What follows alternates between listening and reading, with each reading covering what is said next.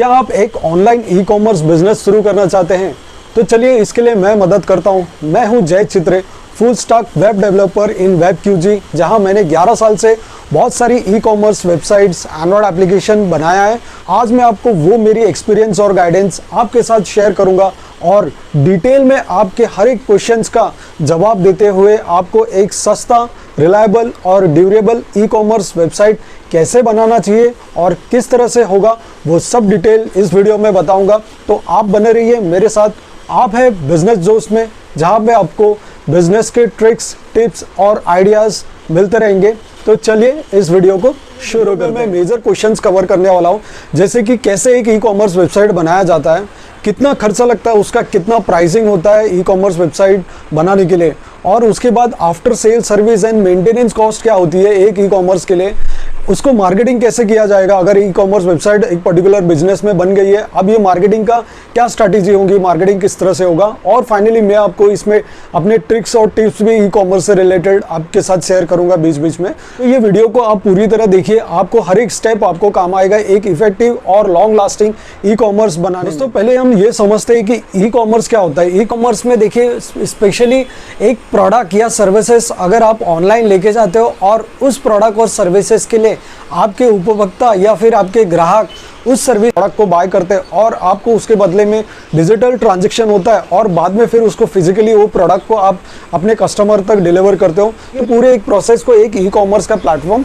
कहा जाता है। दोस्तों ई कॉमर्स को अगर देखा जाए तो दो भागों में मेजरली डिवाइडेड है, जो कि एक सिंगल वेंडर है और दूसरा है मल्टी वेंडर।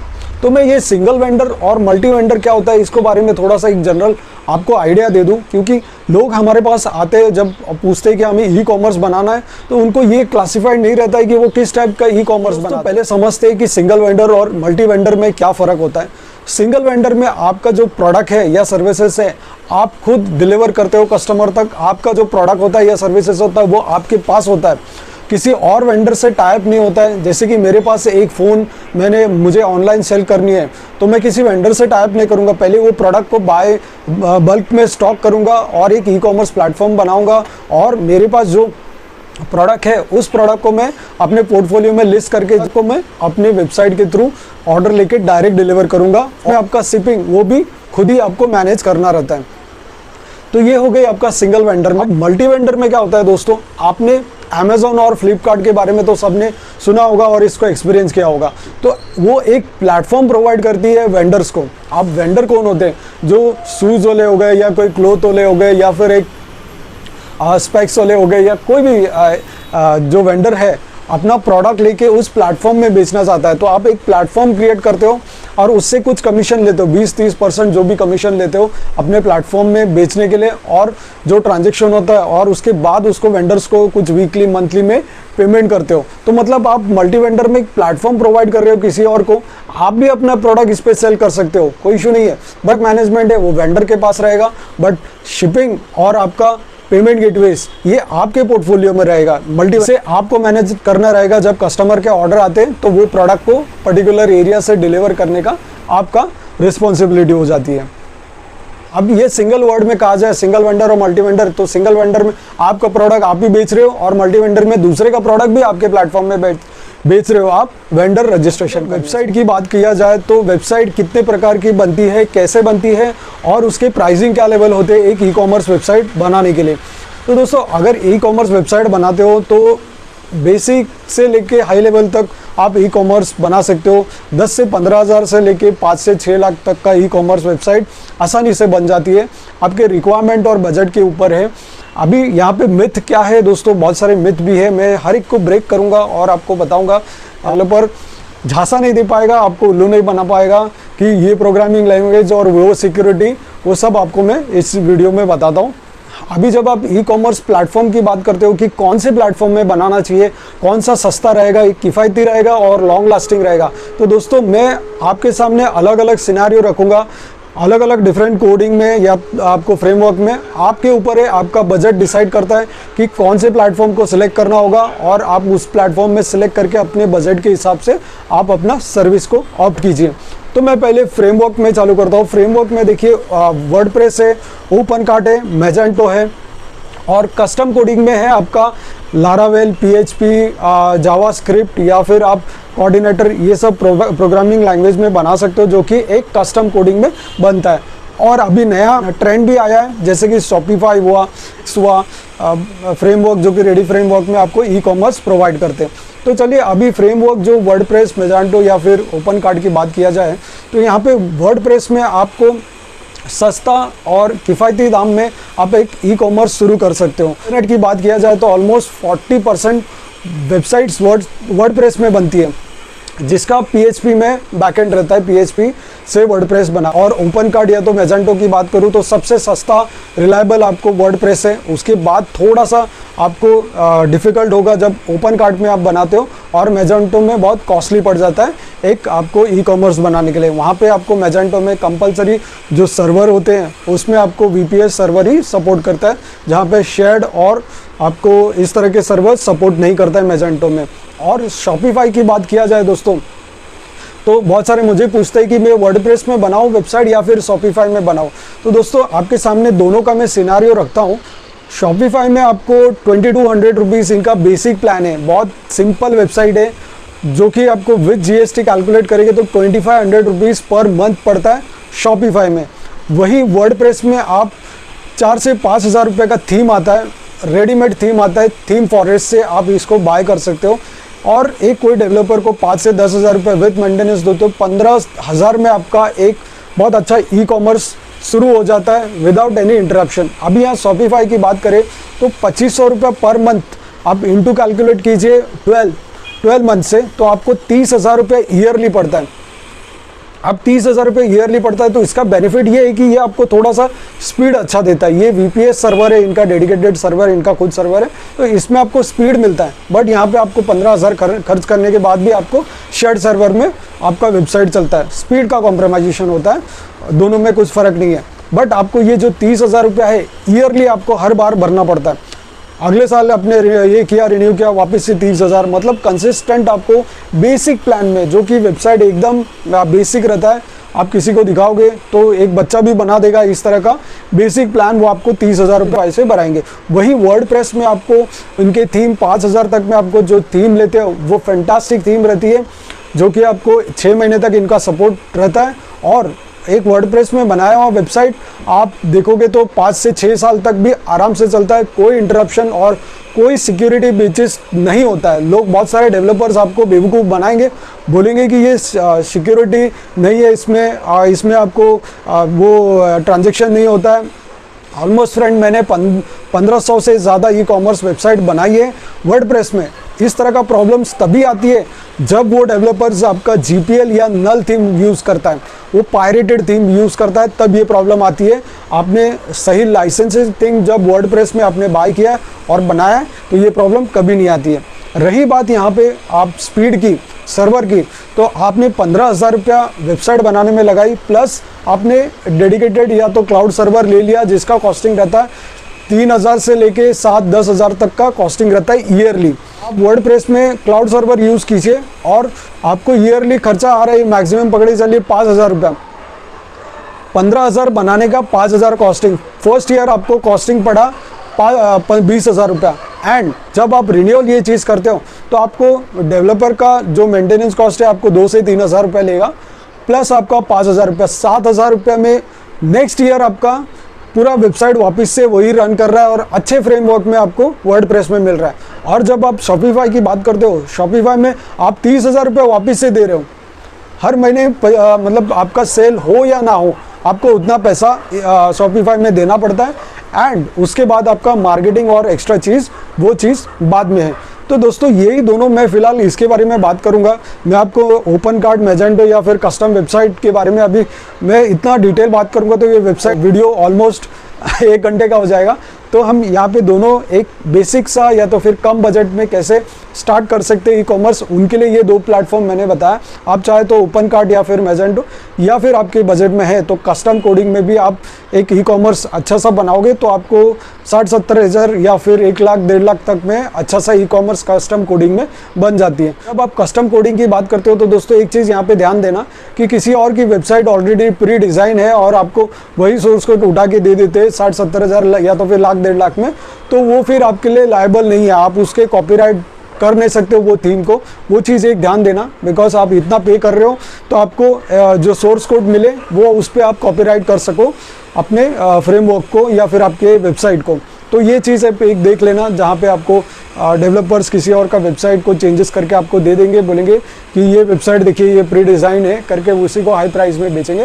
तो ये चीज़ आपको ध्यान है। दोस्तों नेम सिलेक्शन, अभी अपना बिजनेस के लिए नेम सेलेक्ट करने से पहले आप अपने बिजनेस को पहले समझ लीजिए, पर्टिकुलरली बिजनेस का नीच है, मोटो क्या है, बिजनेस आप किस प्रोडक्ट या सर्विसेज में करना चाहते हो, तो उसके कीवर्ड्स अगर उस डोमेन में है तो very effective. Suppose online business शुरू करना है या फिर ज्वेलरीज करना है, तो उस डोमेन में अपना ज्वेलरीज या फिर क्लोथ या फिर आपके गारमेंट्स, ऐसे वर्ड्स यूज़ कीजिए जिससे लोगों को आपका डोमेन देखते ही पता चलेगा कि ये डोमेन या फिर ये बिज़नेस कौन से स्पेशलाइजेशन में है, जिससे आपको गूगल के सर्च एल्गोरिदम में भी इफेक्ट होता है जब आप पर्टिकुलर बिजनेस के कीवर्ड्स को आप यूज़ करते हो अपने बिजनेस में। ई कॉमर्स बनाते वक्त दोस्तों सर्वर का बहुत सारा अंडरस्टैंडिंग भी है, जहाँ पे आपको कौन सा सेलेक्ट करना चाहिए, कौन सा बेस्ट रहेगा करके आपको सर्वर वाले बहुत सारे प्लान्स देके आपको कन्फ्यूज़न करते हैं। तो प्रोडक्ट पे डिपेंड करता है कि आपके कौन सा सर्विस लेना चाहिए और आपको कौन से सर्विस को ऑप्ट करना, या तो फिर आपको रिलायबल होगा।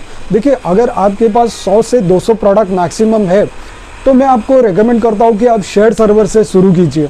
शेयर्ड सर्वर आपको किसी पैनल का भी ले लीजिए, चाहे एच पैनल या सी पैनल का, होस्टिंगर या फिर अदर गोडैडी या फिर अपना ब्लू होस्ट, कहीं से भी लीजिए, जिसका ईयरली कॉस्ट आपको 2 से 3 हज़ार रुपया लगता है शेयर्ड सर्वर का, जिसमें आपको 1 GB और प्लस 1 GB रैम आपको मिल जाते हैं एंड बैंडविड्थ आपको 1.5 लाख तक, और विजिटर्स आपको 10 से 20 हज़ार तक मंथली विजिटर्स रहते हैं इसमें।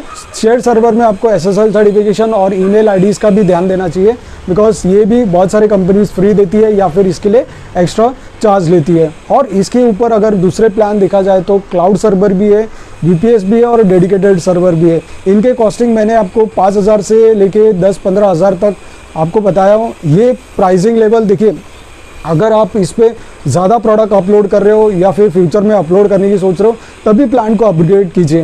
पहले ही इतना बड़ा सर्वर लेके आप बस अपने सर्वर वाले को पे कर रहे हो और आपका कुछ यूज़ नहीं हो रहा है, तो आप इसके लिए सर्वर के लिए पहले इतना बड़ा सर्वर लेके कोई मतलब नहीं, इनके चार्जेस। तो कंटेंट मैनेजमेंट की बात करूंगा, जहाँ पे अपने ई कॉमर्स वेबसाइट बना ली, अब अपने होस्टिंग भी ले लिया, अब यहाँ पे आती है कंटेंट अपलोड की और प्रोडक्ट अपलोड की।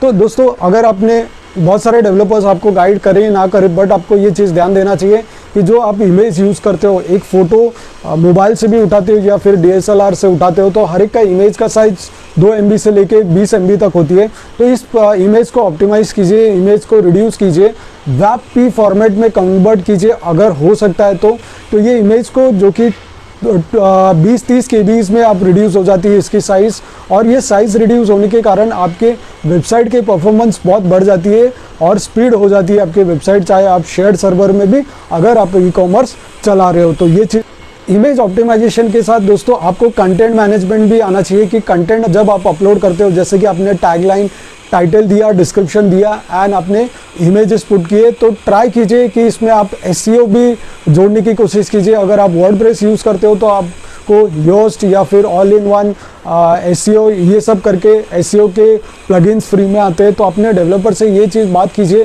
कि मुझे SEO भी साथ में कीजिए। तो जो आपने टाइटल और डिस्क्रिप्शन लिखा था वही चीज़ आपको SEO के बॉक्स में भी पेस्ट करना है। वेबसाइट में आपको दोस्तों compulsory site mapping, robot.txt developer को बोल के ये चलाना होगा, जिससे आपका वेबसाइट गूगल में सर्च होगी और जब उसके क्रॉलिंग आपके वेबसाइट में आएगा तो आपका वेबसाइट SEO में रैंकिंग दिखाने में या फिर गूगल के कोई सर्च के प्लेटफॉर्म में आने की बहुत चांसेस बढ़ जाती है। तो ये कंपलसरी एडिशन है, चाहे आप कस्टम वेबसाइट बनाओ या फिर वर्डप्रेस में बनाओ, ये 2 चीज़ कंपलसरी करना ज़रूरी है। आपके websites and product management complete हो गया। अब दोस्तों आती है मार्केटिंग की।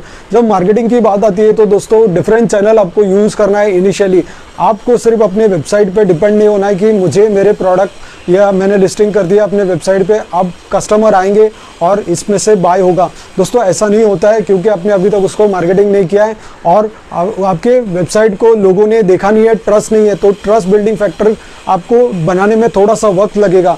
इसके ऑल्टरनेटिव आप अदर चैनल यूज़ कर सकते हो। अदर चैनल का मतलब है अमेज़ॉन हुआ, फ्लिपकार्ट हुआ, इन पे रजिस्टर कीजिए और अपना प्रोडक्ट को धीरे धीरे वहाँ पे बेचने की कोशिश कीजिए, जिससे आपका जो साइकिल है वो चलते रहेगा।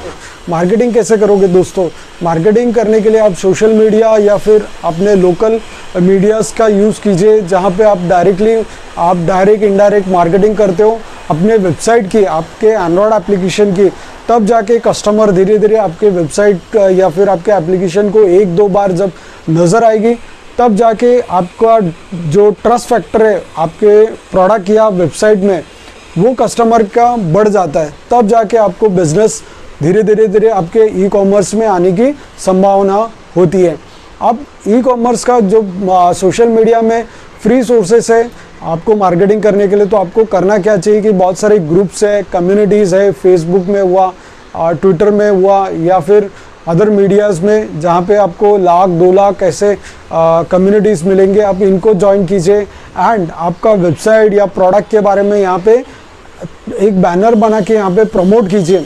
तो इससे क्या होता है कि वहाँ के लोग जो 1,00,000 2,00,000 के 10,000 ने व्यू किया, तो कम से कम 5,000 आपकी वेबसाइट पे आए, आपके प्रोडक्ट को बाय करने की कोशिश की, और जिसमें से 50 ने प्रोडक्ट बाय किया। तो डेफिनेटली ये जो फार्मूलाज है, मतलब 0.2% का जो कन्वर्जन रेट होता है ऑनलाइन बिजनेस में, तो ये चीज़ आपको डेफिनेटली यूज़ करना चाहिए। एंड आपको पेड प्रमोशन में इनिशियली ध्यान बहुत कम देना चाहिए। पेड प्रमोशन कीजिए, बट पेड प्रमोशन भी लीड जनरेशन के लिए कीजिए। देखिए, एक तो रहता है कि लीड जनरेशन, सेकंड रहता है ब्रांडिंग्स के लिए। तो आप अपने प्रोडक्ट को देखिए कि कहाँ से मुझे लीड मिलेगा और कहाँ पे आपका ब्रांडिंग होगी। ब्रांडिंग का मतलब है कि आप यूट्यूब में जब आप प्रोडक्ट या अपने जो भी सर्विसेज है जब दिखाते हो, तो ये प्रोडक्ट आपका कोई बाय नहीं कर रहा है, बट यहाँ पे क्या हो रही है, ब्रांडिंग हो रही है।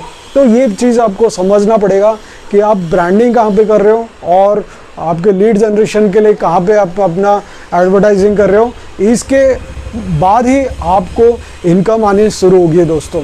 यही फॉर्मूला से दोस्तों आपके वेबसाइट में ट्रैफिक आनी शुरू होगी एंड आपका लाइसेंसिंग रजिस्ट्रेशन की मैं बात करूँ तो ये जो ई कॉमर्स है, इसको 2 भागों में आप डिवाइड कीजिए। पहला भाग है जहाँ पे आपने बस स्टार्ट किया है अपना बिजनेस, थोड़ा सा प्रोडक्ट यहाँ वहाँ से लेके स्टार्ट किया है, तो आपको कोई जीएसटी या फिर कोई रजिस्ट्रेशन की ज़रूरत नहीं होती है। बस अपने ट्रायल के लिए आप अपने बिजनेस को थोड़ा सा मार्केट टेस्टिंग के लिए या फिर थोड़ा सा इनकम जनरेट के लिए अपने ई कॉमर्स बिजनेस चालू किया है और ये प्लेटफॉर्म से आप कर सकते हो। बट थोड़ा सा आपके कस्टमर बढ़ गए और थोड़े से रिपीटेशन ऑर्डर आ गए, तो आपको सेकेंड मेथड फॉलो कीजिए, जहाँ में आपको रजिस्ट्रेशन जीएसटी का कीजिए। प्रोडक्ट बाय करते हो होलसेलर से, तब वो जीएसटी आपसे मांगेगा, तो जीएसटी रजिस्ट्रेशन कर लीजिए। उसके बाद आगे दूसरा स्टेप है कि आप उद्योग आधार के लिए रजिस्ट्रेशन कीजिए और उसके बाद एक छोटा सा प्रोप्राइटरशिप एक रजिस्ट्रेशन कीजिए एंड उसके बाद आप प्राइवेट लिमिटेड कर सकते हो अपने कंपनी को, जब अपने धीरे धीरे जब ग्रोथ आती है। इमीडिएटली ये सब अपने लोड लेके आपको तुरंत चालू करना है और मेरे बिजनेस को प्राइवेट लिमिटेड करके मैं बिजनेस शुरू करूँगा, तो दोस्तों ये ख्याल रखोगे तो बहुत सारी चीज़ें होती है करने के लिए, तो आप इसको मत कीजिए। आप पहले इनिशियली शुरू कीजिए, चाहे आप व्हाट्सएप से सेलिंग करना चाहते हो तो अपने बिजनेस को व्हाट्सएप से भी शुरू कीजिए। वेबसाइट बनाने की भी कोई ज़रूरत नहीं पड़ती है, बट आपको शुरू करने के लिए कोई भी एक प्लेटफॉर्म लेके पहले शुरू कीजिए। आपको मार्केटिंग का जब अपना प्रोडक्ट अपने कस्टमर तक लेके जाते हो तो आपको एक एक्सपीरियंस मिलेगा। आप इन्वेस्टमेंट धीरे धीरे कीजिए अपने बिजनेस को, देन उसके बाद आप एक नेक्स्ट लेवल तक अपने ई कॉमर्स बिजनेस को लेके जा सकते हो। तो ये ट्राई एंड टेस्टेड मेथड रहेगा। आप अपने प्रोडक्ट या सर्विसेज को एक ट्रेडमार्क ले लीजिए कोई प्रोडक्ट के रिलेटेड, फिर उसके बाद आप अपना कंपनी को सेटअप कीजिए। करने के लिए दोस्तों बहुत कुछ है, बट शुरुआत आपको अपने प्लेटफॉर्म से जितना पॉसिबल वे में है, जितना छोटे से हो सकता है आप शुरू कीजिए, जिसके लिए आपको कोई रजिस्ट्रेशन और कोई आपको कंपनी सेटअप की ज़रूरत नहीं लगती है दोस्तों। स्टार्ट सिंपल करना है। जितना हो सके अपने वेबसाइट को या अपने बिजनेस को इमीडिएट स्टार्ट करने की कोशिश कीजिए। सेकेंड ऑप्शन है यूज़ कीजिए मल्टीपल चैनल। आप हर एक चैनल में अपना प्रोडक्ट और सर्विसेज को लिस्ट कीजिए, थोड़ा प्रॉफिट हो जाए, आपको कॉन्फिडेंस मिले कि आपका बिजनेस या प्रोडक्ट में दम है और कस्टमर आपसे बाय कर रहे, देन जाके आप थोड़ा सा और नेक्स्ट लेवल तक आप इन्वेस्ट कीजिए और अपने ई कॉमर्स को बढ़ाइए। तो इस वीडियो को यहीं पे एंड करते हैं। आपका ई कॉमर्स से रिलेटेड कोई क्वेश्चंस हो तो हमें कमेंट में पूछिए। बिजनेस जोश टेलीग्राम चैनल है, उसको ज्वाइन कीजिए। अगर ये वीडियोस आपको थोड़ा भी नॉलेजेबल और यूज़फुल लगा तो इस वीडियो को लाइक कीजिए। दोस्तों मिलते हैं नेक्स्ट वीडियो में कोई और रिसर्च के साथ। तो जय हिंद।